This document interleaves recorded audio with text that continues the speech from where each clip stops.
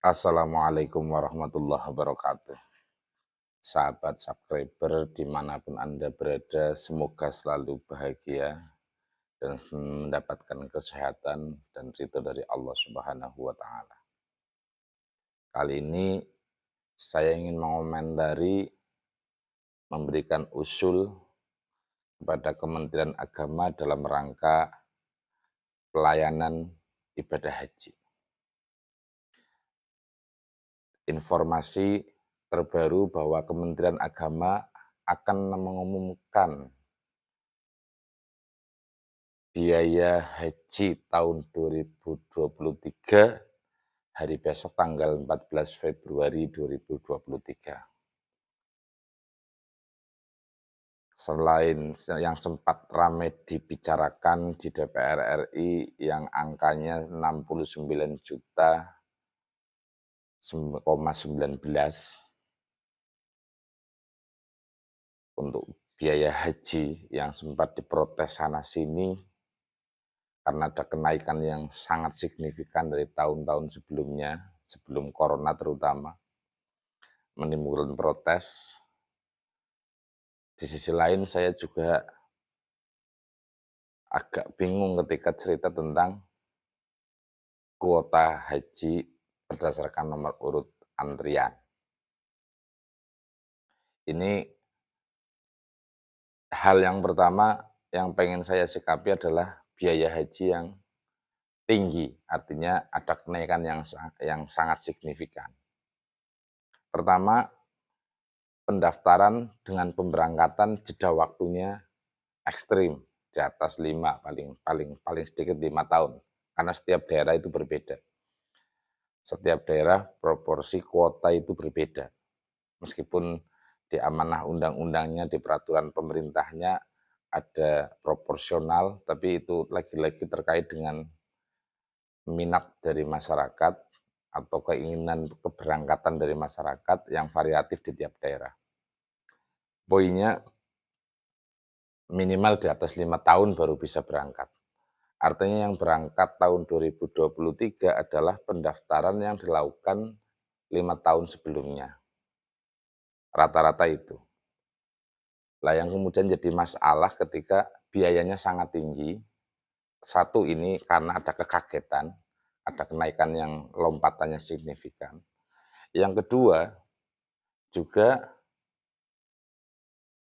biaya yang besar itu kadangkala menjadi kendala di sebagian jamaah.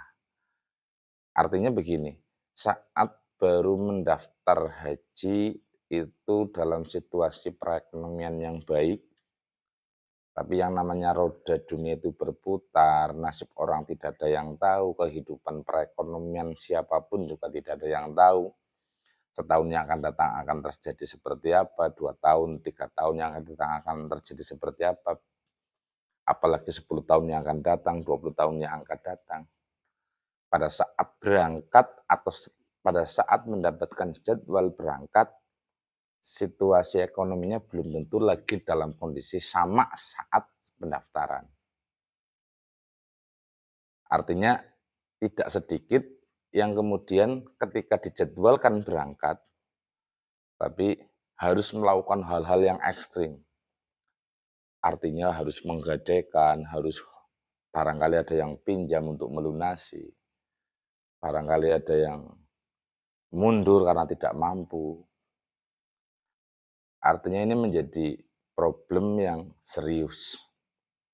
Apalagi situasi hari ini di banyak daerah itu nomor antriannya sampai tahun 60, tahun 70. Ketika hari ini mendaftar yang usianya sudah 30, 40 atau bahkan 50 tahun baru mendaftar, berangkatnya tahun 60 secara teori tidak mungkin. Secara teori tidak mungkin. Dan misalnya mungkin pun, misalnya ada yang mungkin daftarnya sekarang masih usia 10 tahun, atau masih 5 tahun didaftarkan, kita nggak tahu pada saat pemberangkatannya tahun 60 yang akan datang, si anak kita yang kita daftarkan untuk ikut ibadah haji dan masuk antrian sampai tahun 60, itu karena perekonomiannya seperti apa dan nanti biayanya berapa kita belum tahu. Artinya Ini problem serius terkait dengan persoalan haji ketika syariat menyatakan bahwa haji adalah rukun Islam yang kelima, tapi dikhususkan bagi man istatha'a ilaihi sabila. Dan sejak tahun 2008, model nomor antrian ini di era Pak SBY, dan sekarang terus dilanjutkan, terakumulasi ada yang tahun 60 baru berangkat. Ini nantinya akan menjadi problem serius. Apakah ada solusi lain? Ya, ada solusi lain supaya model pendaftaran tetap jalan, tapi pemberangkatan haji bisa ada target, ada rencana dari masing-masing individu masyarakat yang ingin melaksanakan ibadah haji tanpa menarik biaya yang sudah masuk dalam nomor urut antrian yang besarannya 25 juta. Misalnya saya daftar tahun 2019, saya dijadwalkan berangkat tahun 2041. Kita tidak ada yang tahu di 2041 situasi seperti apa, perekonomian keluarga seperti apa, kondisi kesehatan seperti apa, kita nggak ada yang tahu. Khawatirnya saat dijadwalkan dalam situasi yang berbanding terbalik dengan saat mendaftar. Tapi di sisi lain kalau pemerintah harus mengembalikan semua biaya pendaftaran kepada masyarakat yang sudah daftar haji, itu juga tidak bijak dan berpotensi jadi masalah serius. Nah ini perlu ada solusi, ya, ada solusi yang semua pihak bisa tidak ada yang dirugikan. Contoh, solusinya adalah yang sudah terlanjur ini harus merubah peraturan pemerintah, dan di era Pak Jokowi kayaknya belum ada perubahan peraturan terkait dengan mekanisme pendaftaran khususnya. Tetap dilanjutkan peraturan pemerintah nomor 79 tahun 2012. Dilanjutkan sampai sekarang diakumulasi menjadi banyak tahun, jumlahnya sampai tahun 60, tahun 65, 70, yang secara teori tidak ketemu. Kalau cerita takdir nggak tahu, itu urusan Tuhan Yang Maha Esa. Secara teori tidak ketemu. Maka solusinya adalah kuota. Misalnya tahun ini ada kuota 221.000. Kuota 221.000 jamaah haji Indonesia diperuntukkan untuk yang usia lanjut 30%. Dan sisanya 70% untuk petugas haji dan lain-lain, dan umum yang sudah pernah mendaftar atau yang sudah melakukan pendaftaran atau yang sudah punya nomor porsi. Siapapun yang bisa melunasi dalam waktu tertentu bisa ikut berangkat.